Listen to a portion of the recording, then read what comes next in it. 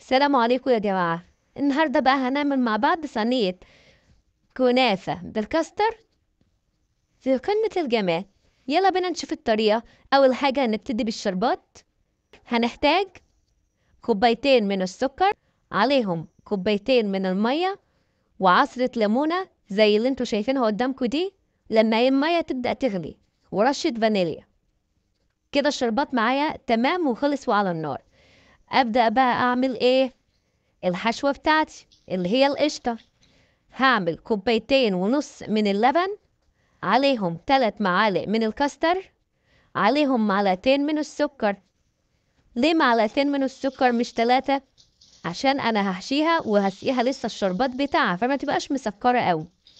طبعا انا هقلب كل الخليط بتاعي ده مع بعضه، اقلب الخليط بتاعي كويس لحد ما الكتل بتاعته كلها تفك من بعضها، وعلى النار، واحطه على النار لحد ما يبدأ يتماسك معايا.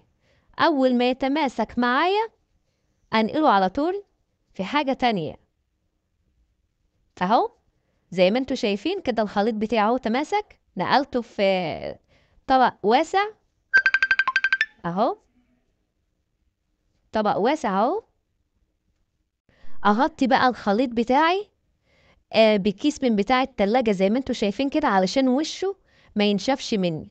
لازم اغطي وشه كده على طول وهو سخن واسيبه بقى. هنا كده بدأت اعمل الكنافة بتاعتي واعمل لها حرف كده على الصينية بحيث ان الخليط بتاعي ما يطلعش منها.